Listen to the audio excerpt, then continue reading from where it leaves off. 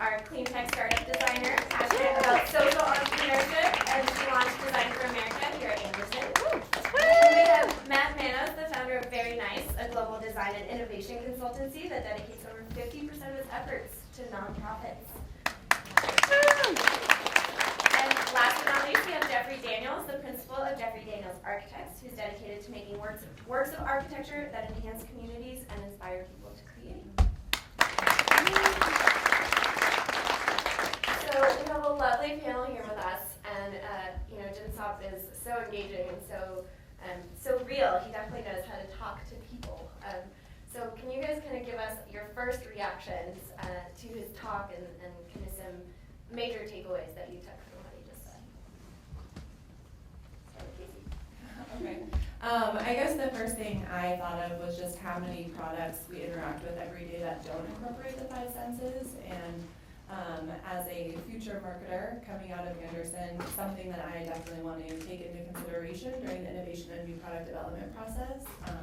I think it can be a really big competitive advantage for companies to differentiate their products. And I think for me, you don't necessarily maybe need all the 5 senses in every project that you do, but what I took away from that is that if you kind of mess with the senses that we expect to use, then you can really flip things on its head and really surprise us. And I think that's why that alarm clock was so successful. And I think pushing that even further, what if you actually could taste an alarm clock? It'd be really bizarre, but it would definitely catch our attention at least. Well, what I took away from it was sort of the disruptive nature of his thinking, which I like. As been said, you don't really necessarily need all the 5 senses for every design object, and I'm not sure if the profound genetic programming that we carry around with us towards procreation is equivalent to why we would go out and buy a new iPhone. But it's a stimulating thought, and I think anything that can get designers and companies that create new products to, it's an old cliche, but literally thinking outside the box, but maybe thinking outside the box with all of our senses is a provocative idea, and I like it.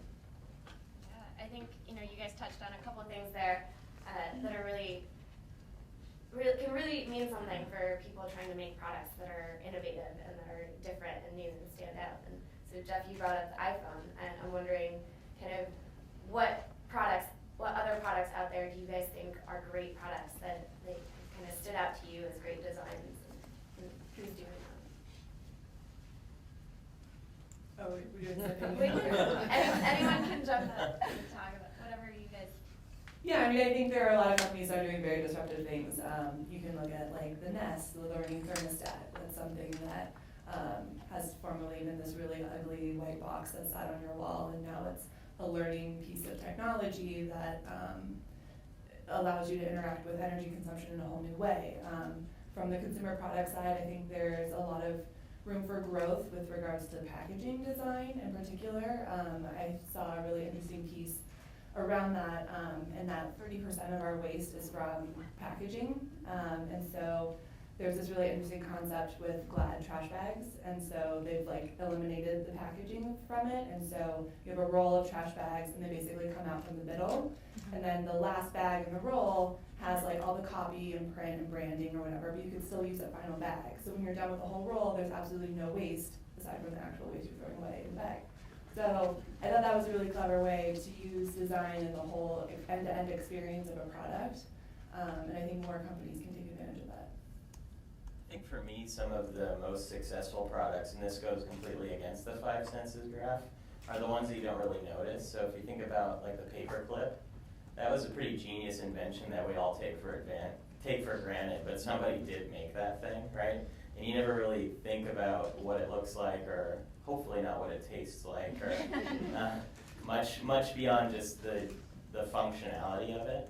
And so I think just to try to throw things in the air, the idea that functionality maybe is something that's unseen or untasted and some products can go beyond that. Well, for me, great products are still basically anything designed by Charles Eames, or I like very much the furniture and designs of Philippe Starck, the great French designer. I think he's designed everything from a toothbrush to luxury yachts, and every time he brings some new sort of insight into the process, and I think that's great. I also like really simple things too. Just something as simple as these little Papermate Sharpwriter pencils. These things are fantastic. They're inexpensive, they're lightweight, you never have to sharpen them, the erasers work great, and if only I could make a phone call on it, it would be perfect. So, Jeff, I'm going to start with you a little bit here, but digging into your expertise, how do you see the five senses or design being important in the products that you put out, in the buildings that you make? How do you incorporate these things as you're thinking about? Well, of course, in architecture, you're designing, one of the largest objects that ever gets designed, buildings, and the opportunities for dealing with all of the senses are just almost limitless. Having said that, people tend to be to think first and foremost about the visual aspect, how things look. But if you stop to think about it, the environments that we live and work in every day really almost by definition involve almost all of our senses. And I think one of the reasons people like to go out to restaurants so much is there you really have it, right? You have the smell, the taste, the visual, the sound, it's all there. And when people can really choose to do whatever they feel like, that's one of the more popular choices, is to go out to their favorite restaurant. And I think that's perhaps why, because all five of the senses are really being engaged. And so in my work, I happen to have designed quite a number of restaurants, and I think it's an amazing opportunity to engage people in all these areas, and that's what we try to do. Now, of course, more and more the sustainability of the materials and the products and the systems that are used in these projects become more and more upfront in the process. And then, of course, there's all the computer technology that goes into producing these things. So I guess I would have to say my favorite design object right now would be a 3D printer, because of the potential that offers. So Matt, you work a lot with companies, and they're looking for new and innovative people to help them solve problems, and they come to you. How do you incorporate your design kind of passions into the corporate world? How do you make that work? Well, for me, I think trying to tie it back to Jinsop a little bit, pretty much nothing I make tastes good, that's for sure. I think even when I'm cooking, it doesn't really taste that good. But a lot of what he's talking about, to me, hits home pretty well, which is the idea that it's not just about making things look good, that there is more layers to it.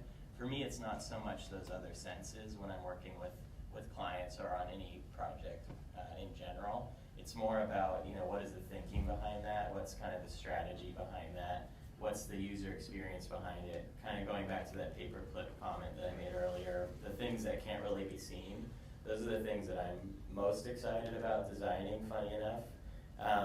And I think to do that with clients especially, it takes a lot of educating, a lot of walking through what your process is, and that's become a really pretty big part of my practice, and I think a really useful thing for you all to think about in general is, what is your process? How do you get from A to B? It's not necessarily something that can be seen at all. It is kind of just an experience, and what's interesting when you force yourself to write that down and to actually document that is, it's the first time that you'll actually realize what you're actually doing, and it's pretty profound and useful.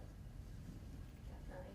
So Casey, you're going to be a marketer, and you touched on this a little bit, but how can we, as students and business students, and managers later on, how can we use design in the work that we're doing going forward, and how does that kind of apply to us? Yeah, absolutely. So I guess tying into what Jinsop was saying as well, I feel like brands do a really great job of incorporating all five senses. You know, if you think about thinking of consumer products, you go to a store and there's visually interesting packaging, so you see it and you go up to it and you get it, or you know, an advertising media campaign that incorporates sound and sight as well. And then your experience with the actual product kind of incorporates touch and sight, or depending on the product, smell, taste. So I think brands holistically do a really great job of incorporating all five senses, but from a product standpoint, maybe not so much. And I think design as a process can be fantastic in the innovation element of a business. I know a lot of consumer products companies are kind of divided into innovation versus base brand. And so when you're on that innovation side and trying to figure out, 5 years down the road, what new products are you going to be launching, I think the design process can play a huge role, especially through the side of consumer research. That's so central to the design process of having empathy for your end user, breaking down assumptions. I think as marketers, that's something that we've tried to systematize and put a lot of data around, but I think, a lot of that sort of more touchy-feely home visits and that kind of thing that's critical to the design process should be emphasized more in the corporate setting. Yeah, so feeding off of that, what do you think are the biggest mistakes that people make that you see on a day-to-day, biggest mistakes or biggest pitfalls in terms of designing new products? Where do you see people going wrong the most? Well, in terms of process, I would say they stop too soon. In other words, they think that the design part happens just at the beginning, and then everything else is about implementation. And I think that the really successful companies are thinking about design throughout the entire process. And I think a great example of that is, when the iPhone was first produced, in the 11th hour, right before they were ready to ship these things, Steve Jobs had some kind of epiphany and decided to switch the face from plastic to glass. I mean, I guess most of you have heard this story. And it just caused an enormous disruption in their, timing of the release of the product and stuff. But he was convinced suddenly that the scratching qualities of plastic would degrade the quality of the phone in a way that he just wasn't satisfied with. So after the whole thing had been designed and manufactured and everything, he had one more design idea to put in it, and who's going to say he was wrong? Yeah, and I think building off of that a little bit, it's definitely the problem of not having design as part of the entire process. I think especially in the branding and marketing type of work that we do, we're probably the assumption is that design is the last 5% of that. That all the focus groups were done already, all of the competitive analysis was done already in-house. And a lot of that, again, it goes back to education that, that is sort of a design thing, that whole experience itself. And I do see a lot of companies wait to acknowledge that, or wait to actually bring it to people until the very last stage, and wait to actually kind of put an aesthetic to it, or make it approachable until the very last stage. And that's when you get products that just aren't engaging. I think bringing unique perspectives to the table is what makes a really great design. If you have a problem to solve and you bring a bunch of CS people together, they're going to come up with a program to be the solution, but that might not be the best solution for that problem. So I think, and same thing in the corporate setting for consumer products. You put a bunch of marketers together and they're probably going to turn out like a new flavor, or like something that's like really not that innovative or disruptive. So I think during the innovation process, you need to bring in different stakeholders, end users, and have a really diverse set of perspectives to make those connections, those interdisciplinary connections that really disrupt industries. I'm gonna follow up with you on that. Do you think that's a recruiting and a hiring problem, or a silo problem, or kind of what can we do when we go out into the world to make that, to set us up for success in that innovation process? Yeah, I mean, it starts with like the company themselves and how they're structured internally, absolutely, as well as their hiring practices. I mean, you know, you want to work for your dream company, or you want to get that name on your resume, and when you get there, you may not have a lot of influence on how those internal groups are structured. But I think if you can always be kind of questioning the status quo or doing some research, you know, outside of work, of just talking to people constantly, that in itself can broaden your horizons and bring new perspectives. And I think adding on that, something that we've been experimenting with, especially in the last year and a half or so, is to make it more clear from the beginning, I guess, to challenge those assumptions from the beginning. So what we're doing right now to experiment with that, we do, and a lot of agencies do, have a questionnaire on our site, which is kind of the way that a client will first get in touch with us, and we'll get to know, you know, who are they, what are they potentially looking for, and so on. And our questionnaire used to start with, what services are you looking for? Is it branding? You know, is it poster? Is it a website? And so on. But what we realized is that when they were asking us to do that, we were going to do that, and it kind of ended there. Like they assumed that was what they needed without really thinking about all the other possibilities. So what we've done to our questionnaire is now we start with, what problems are you facing? And we do have a few set of items to pick from, but also allow them to type in their own. And then only after they've done that do they go to, what services might you think you'd be interested in? And one of those that we list now is, I have no idea. And surprisingly, it's really working, and we're starting to get it's getting more recognized when people approach us that what they ask for or what they think they might want may not actually be the best route to go. That they might think that they need a new brand or a new logo, but they actually need to set up an exhibition or something. You know, there's all kinds of possibilities. And that's something I'm getting more excited about too, to see how that's, again, I think like an education process, that can be a way to do that. Jeff, I know architecture is a little different, but you know, do you walk around into buildings and say, oh, they really didn't think about this, or here's where things went wrong? You kind of see those pitfalls? Unfortunately, this is my life. Yeah, that's what you know, I just you know, constantly observing, you know, things that maybe could have been done in a different way, or you know, using different materials or whatever. And I think that, you know, sometimes buildings get to be so complex, and there is such an overriding effort to get it done, that this is what I mean when I say that people give up too early in the process on the design. And I think this isn't only true of buildings, but the message really should be, you know, never let go, right? Never let go of the possibility that something could be done a little bit better. And, you know, in buildings, I mean, how often have you been confused by, you know, where you're supposed to go, either because of the actual, you know, layout of the building, or inadequate signage, or whatever. And sometimes the solutions to these things are incredibly simple and inexpensive, but, you know, somebody stopped too soon in the creative thinking process. And, you know, that's really the opportunity that I see for almost any industry that is producing products.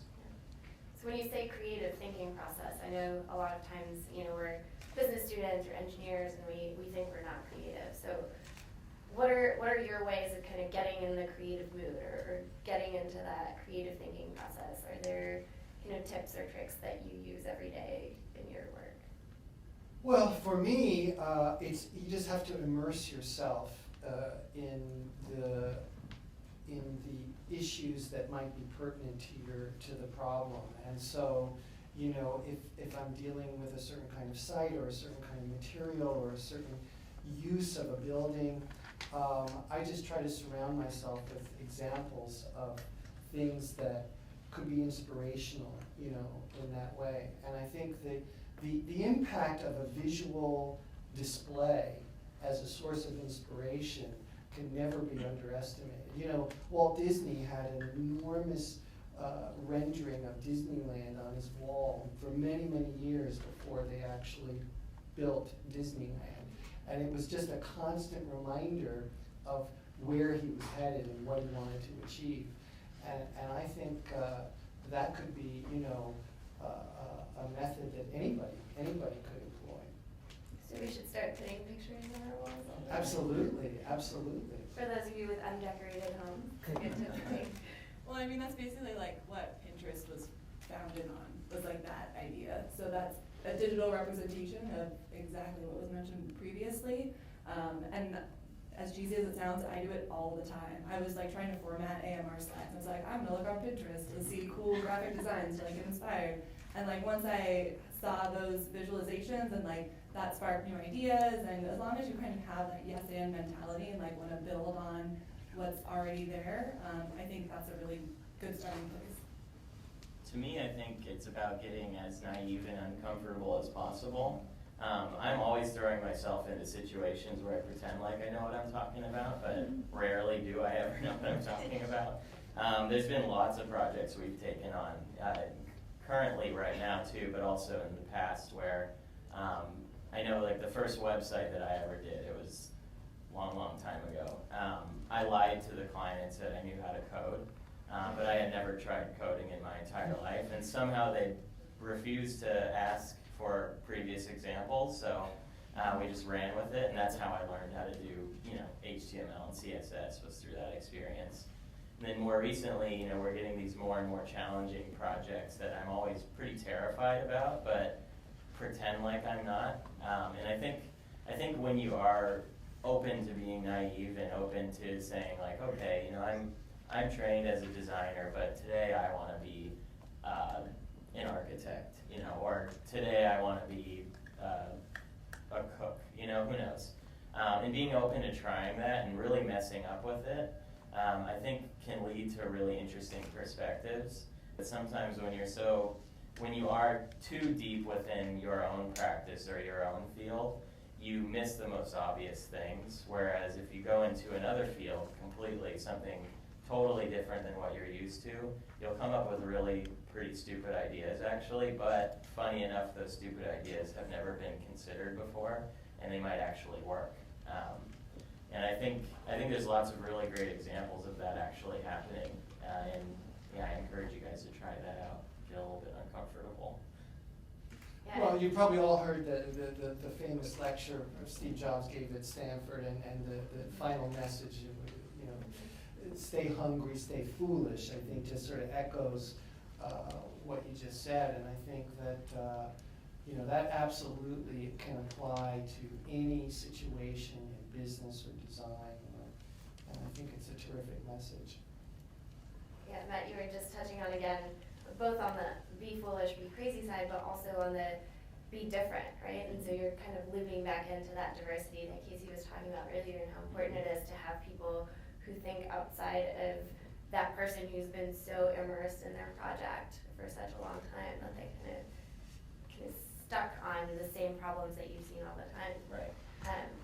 And that sometimes leads to a lack of productivity in the workplace. So are there things that design can do apart from making products, but more on the process side? Is there a way that you guys have seen design, or how can we incorporate design in our lives to make us more productive or more useful, more efficient day to day? Well, I think if you see design as kind of different methodologies that you can make, it's like tying back to Jinsop again, it's not all about making visuals, right? But designing a process to something or a method to something, and then trying that out and see if it works. And if it doesn't work, try out another one, design another process. I think that that's really helpful advice, because basically you know where you are, you know where A is, and then you have a general sense of what B is, and there's all kinds of ways to get there. And yeah, I don't think that there's a wrong answer for it. It's just a matter of trying, as long as you have the time for it, and nobody will get really mad at you if you mess up. So how do we set that up in the workplace or in our lives? How do we set it up so we're not afraid of failing as much as we are?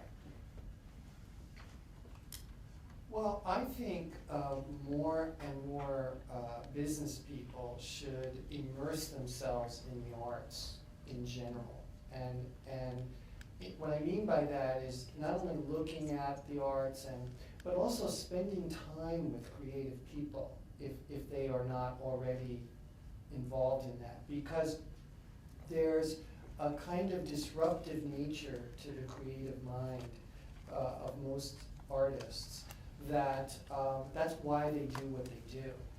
And I think those skills of thinking in a disruptive or critical way about conventional behavior and conventional solutions to things is really the path to innovation. And it really starts with having that kind of attitude front and center in your thinking. And to kind of get used to that, I think you have to kind of be in that environment. You have to be with those kinds of people. You can't just read books about it. You know, it's like learning to swim by reading a book. You probably need to get in there and try it. Any other tips and tricks?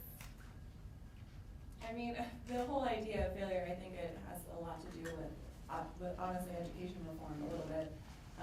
And just that idea of, studying to take a test, to then succeed on the test, and like that whole incentivizing structure with our education system is a little backwards to me. There's a really interesting nonprofit called The Third Teacher, which is based on the idea that the first teacher is like parents and authority figures, the second teacher is your peers, the third teacher is the built environment.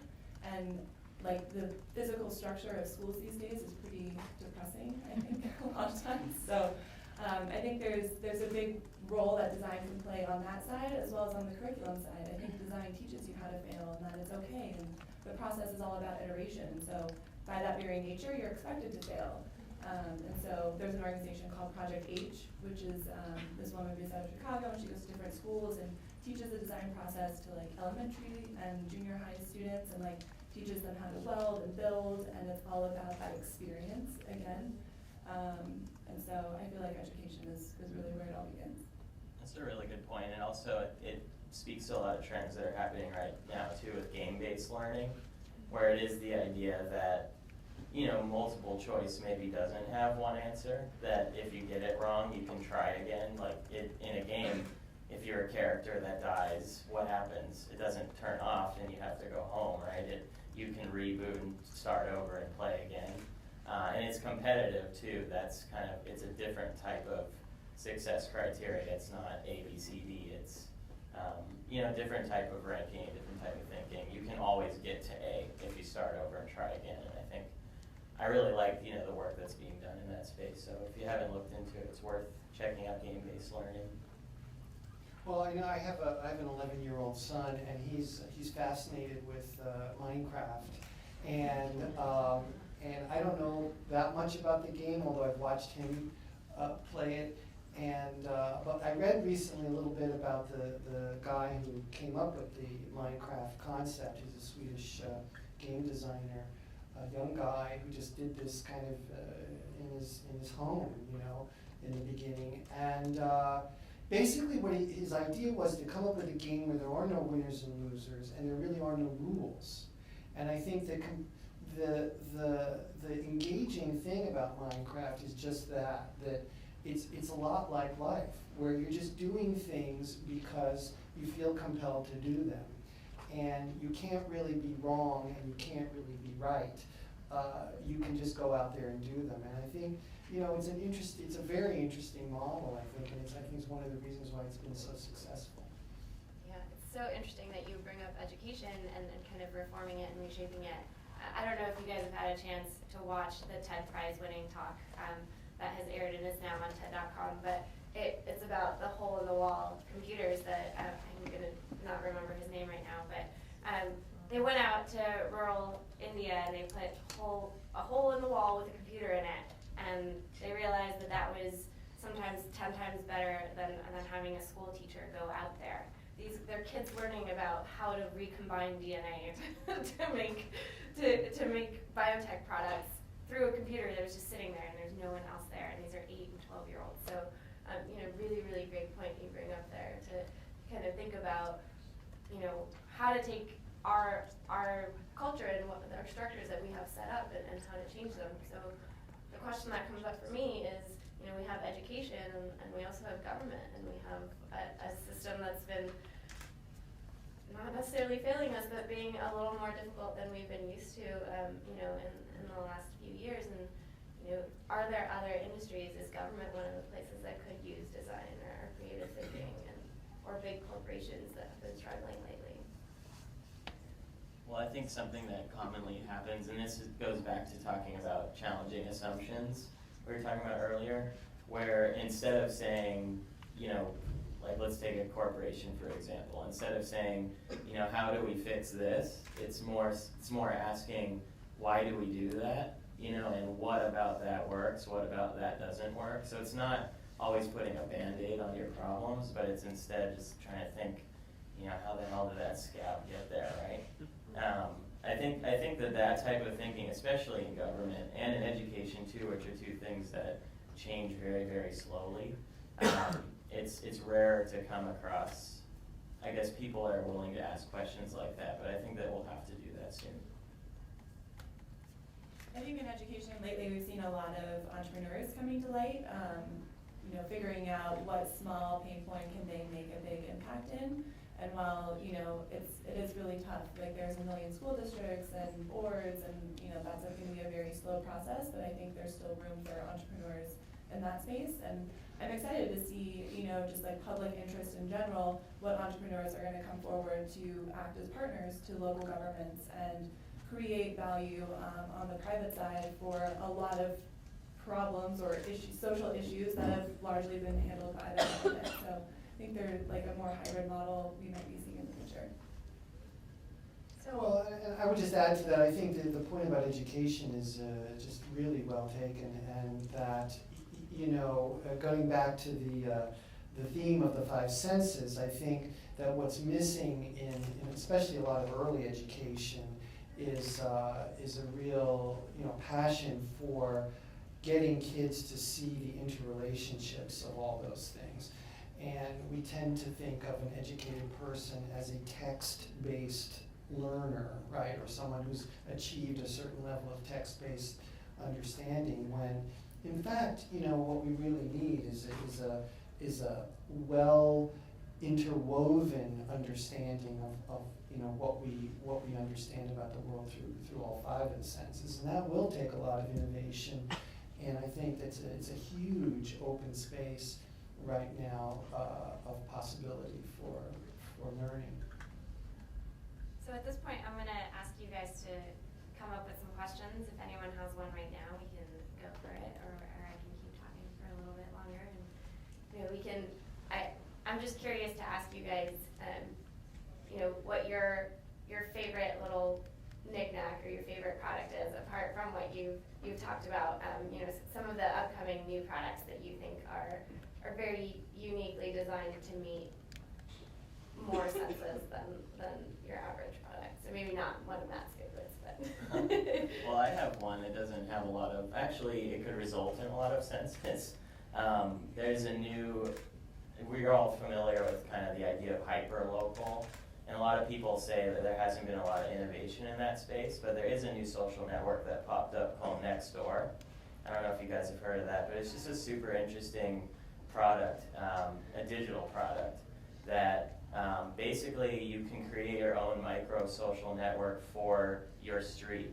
And it's a way of getting people to talk to their neighbors, and getting people to, have kind of the same like a news feed of Facebook, but asking like, can anybody babysit my daughter? Or does anybody know where my bike went?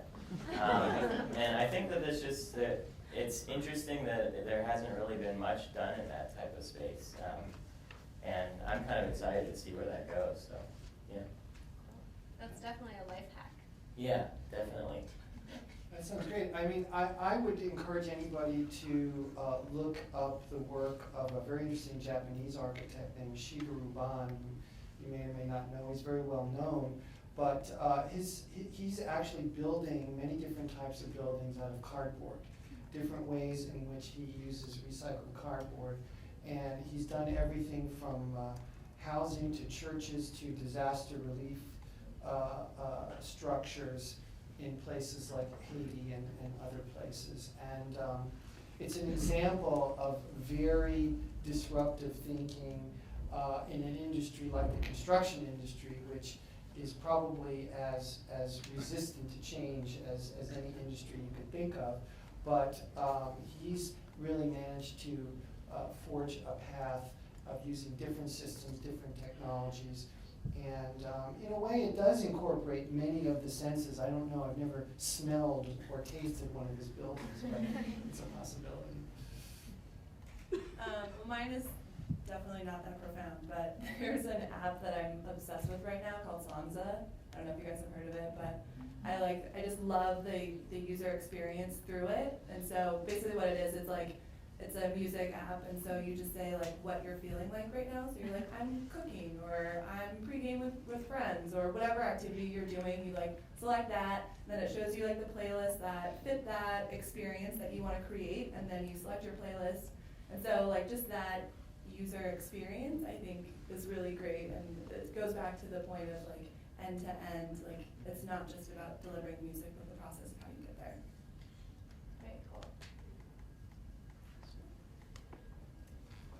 Thanks all so much for being here. Anna and Casey, yesterday you hosted a Design for America workshop where you took us through the process of knowing a need and a problem and then finding a solution for it. My question is, like, once you find that solution, that prototype, how do you evaluate it? And I heard words being thrown out: sustainability, functionality, aesthetics. Well, first you have to have some confidence in your own opinions about things, right? I mean, again, and not to overuse the guy who's probably most talked about in every business school, but Steve Jobs. I mean, this is a guy who had tremendous confidence, right, in his own understanding of the world, right? So that's a place to begin. And he was famous for saying that he didn't really rely on surveys and stuff like that. Whether that's true or not, we may never know. But it's a place to start.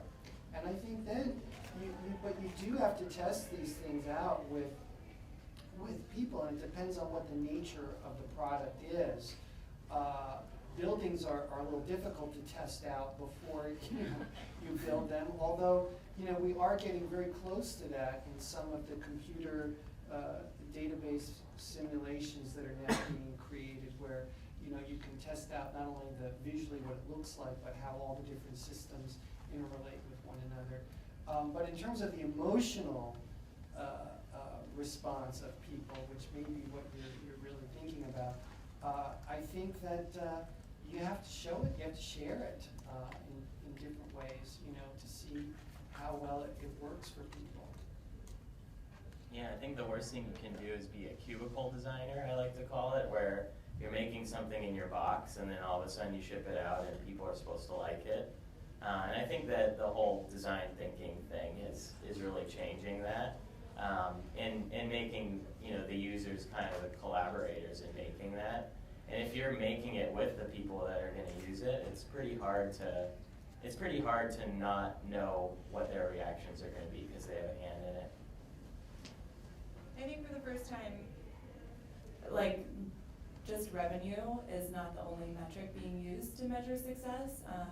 Even very large conventional companies are starting to realize that there are social implications to what they're doing. And so I know impact measurement was another one of the 10 projects, because it is such a new space, and there aren't a lot of really great methodologies out there right now to measure things beyond dollars and cents. And so I think that kind of ties into, especially the projects that we do with Design for America that do have a social bent to them. Being able to measure that impact is still this very ambiguous idea, and I think everyone's doing the best they can, but there isn't a really great solution that I'm aware of. We have lots of questions.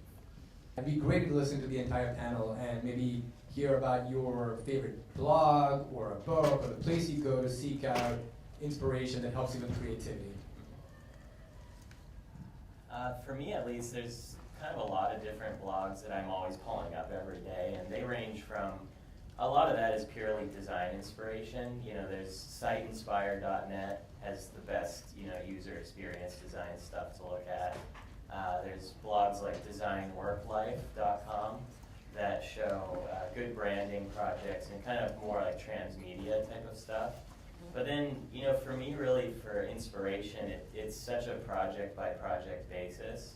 If I know, like right now I'm working on a project in Ghana, so I'm researching about Ghana, and that's where I'm getting inspired for certain things, and so on. So I think it's all these little mini things from each project, and then go into big depth on them, even if it's not a visual thing.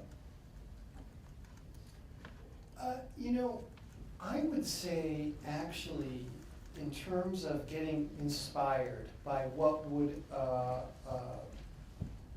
give people an engaging emotional experience with whatever the product might be.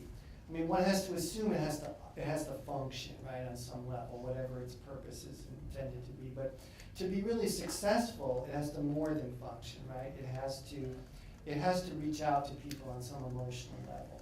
And to get inspiration for that, I actually don't think the internet is the place to look. I think you need to go out there and you need to look around. You need to travel. You need to immerse yourself in different cultures. The internet is useful for a quick check on, what does that thing that I saw look like, to kind of remind yourself maybe of an experience you've had. But you really need to go out for inspiration and see stuff, and really use the five senses to get that. Later on, you can kind of remind yourself with searches, but I would really encourage people to not maybe look on the internet as their first source of inspiration. I'm gonna take the last two questions and sort of combine them and throw them back at you. But what product have you had that's been really successful, and how did you get in touch with that emotionally yourself to feel like it was successful? How did that feel like, and why did that project feel particularly good and successful? A project of our own, or a product that we've used, or either? Either one. Throwing curveballs at you. Yeah. So I bought a new car recently, and I love it. It's, super cliche, it's a Toyota Prius. But I seriously love this car, and I think it's because of what I had before. That was my point of comparison. You think about driving a car, and the five senses are definitely incorporated in that experience. You used the motorcycle experience there. But I think for me, I would say that. I think for me, at least the products that I use the most, because to be honest, I actually don't use a lot of products.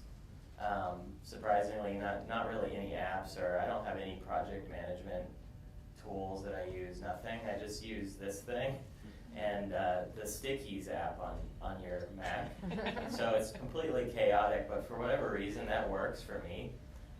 Even though we have so many things going on, so to me, it's not, at least for me, a good product is not one that's telling me how to do something. It's just more seamless. Like it just kind of works for me. And it's, again, going back to how you measure that, that's pretty hard because everybody has such different little niches and what they need. But yeah, it's probably a really not useful answer to the question. Well, for us, I did a project somewhat earlier in my career that at first I wasn't even going to do. I was approached by a guy who had been very successful in the Kentucky Fried Chicken business. And he came one day asking if we would do a chicken store for him. And my first thought was, wow, is this really a direction I want to go in? Because I had visions of, cathedrals, right? And so I almost said, thank you very much, but no thanks. But I paused and I listened to him. And as he talked about what he wanted to do, and he brought in some of the references about early California disruptive style architecture, like the early Goody's coffee shops and things like that, I got the feeling that this guy was really ready to try something different. And I said, yes, let's do it. And the result of that was a building that some of you may know. It's a Kentucky Fried Chicken on Western Avenue, just a block north of Beverly Boulevard. And it's won many awards, and it's been published around the world. And actually, in the beginning of April, it's going to be part of an exhibit on the creation of the California architecture at the Getty Museum. So what started out as something I didn't even want to do because it sounded so sort of not much of an opportunity, actually with the right thinking and the right sort of approach, turned out to be a really small but magnificent project. So we're quite proud of that. I think we had one more question. I think we might have time for one more. Okay, I'll go. I was wondering, a lot of new products that are coming out and a lot of the buzz has been about customization and niche markets. Have you designed something that's broadly appealing, or do you think that we're just going to move away from kind of mass manufacturing and mass distribution? Well, you know, I don't know the answer to that, first of all, but what I do know is I think that we're entering the age of not only the apps and social networks and all this stuff, but I think we're soon going to be the age of the 3D printer, where people are going to be able to actually manufacture stuff in their own homes, you know, very sophisticated stuff. I mean, some of you may have seen this. I mean, it's sort of a horrible story, but in a way, it's a prescient one. This manufacturer that does, I think it's the magazines for these high-powered rifles that can now be made totally on a 3D printer. And they think that before too long, this particular company is ridiculing the efforts in Washington to, you know, have better gun control laws, because they say, you know what, you can make whatever laws you want, but by the time everybody has a 3D printer, they'll just be printing their own guns, you know. And it's a horrible thought, but at the same time, it does give you a little insight into what could be a future of manufacturing, where actually the manufacturing gets distributed to a certain degree through the 3D printer, and it's anybody's guess as to, you know, what that might look like. Yeah, and I think I totally agree with that. It's been really fascinating to watch the 3D printing movement. There's even now on Kickstarter a pen that you can actually doodle with. I don't know if you've seen that, but it's a doodling thing that spits out the plastic, and you can actually in real time, it both heats and cools it at the same time. So it's really cool. But I think in lieu of that, and also, you know, some things that have been happening, I think really starting with when iPods could be different colors, all of a sudden you had Pinkberry where, you know, you're telling them what toppings to put on, and then you go to Subway and you ask yourself, who really is making the sandwich? You know, is it me or is it them? Because when you ask for a BLT, you still have to tell them that you want bacon, lettuce, and tomato. So I think that we'll need kind of new policies or new, I don't even know what, but people need to know that they can't necessarily make everything themselves, or that they shouldn't necessarily do that. I think that's why the design industry, probably in the next 10 years, is really going to go under, because who's going to need to hire a web designer when you can buy a $20 template, or who's going to need to hire a branding specialist when you can crowdsource it, right? So there's ups and downs to being able to be kind of a self-manufacturer of these things. Yeah, I mean, I think the barriers to entry for entrepreneurs is extremely low right now. The Kickstarter was mentioned, it's really easy to raise financing, and 3D printing, you can do all your manufacturing. So I think if you think of design as a process rather than like designers themselves, I think there's a lot of opportunity for curation within that. So really helping consumers to identify exactly the product that they're looking for with this new flood of products and entrepreneurs into the market. I think it's going to be about curation. Thank you guys so much. We are all out of time, so I just wanted to wrap things up and say thank you again for coming. It's been great to have you, and you know, I think we've learned a lot from you guys.